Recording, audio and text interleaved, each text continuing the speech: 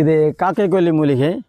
காக்கையை ஏன் கொல்லணும் அந்த கேள்வி மனசில் வரும் உங்களுக்கு. தமிழை வந்து இடுகுறி பேர் காரண பேர்லாம் நம்ம எல்லா பொருளையுமே பேர் சொல்லி வளர்க்குறோம்.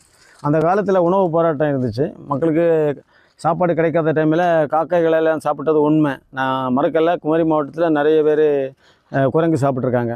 85 அப்புறம் தான் அந்த மிருகவதை சட்டத்தில் அது சாப்பிடக்கூடாதுன்னு சட்டம் வந்துச்சு. அதுக்கு முன்னாடி இருக்கிறவங்க எல்லாம் நிறைய பேர் சாப்பிட்ருக்காங்க. இது நீங்கள் பார்த்திங்கன்னா இந்த காக்கையை கொல்றதுக்கு இந்த இலையை வந்து நம்ம சாதத்தில் விரைவி வச்சோன்னா காக்கை மயங்கிடும். அதை பிடிச்சி சாப்பிட்டாங்க. இந்த காக்கை கொல்லி மூலிகைக்கு பேன் கொல்லின்னு பேர் இருக்குது ஆக்சுவலாக. இதில் வந்து அளவுக்கு அதிகமான கசப்பு இருக்கும். இதை அரைச்சி தலையில் போட்டாங்கன்னா அந்த பேன் எல்லாம் செத்துரும். ஆனால் அளவுக்கு அதிகமாக போடக்கூடாது.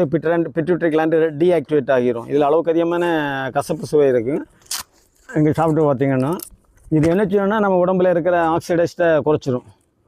அதை செக் பண்ணுறதெல்லாம் எங்கள் ஊர் வைத்தியர்களெல்லாம் ஊனில் தான் வச்சு தேய்ப்பாங்க, இல்லைன்னா நாக்கு அடியில். அப்போ இன்ஸ்டண்ட்டாக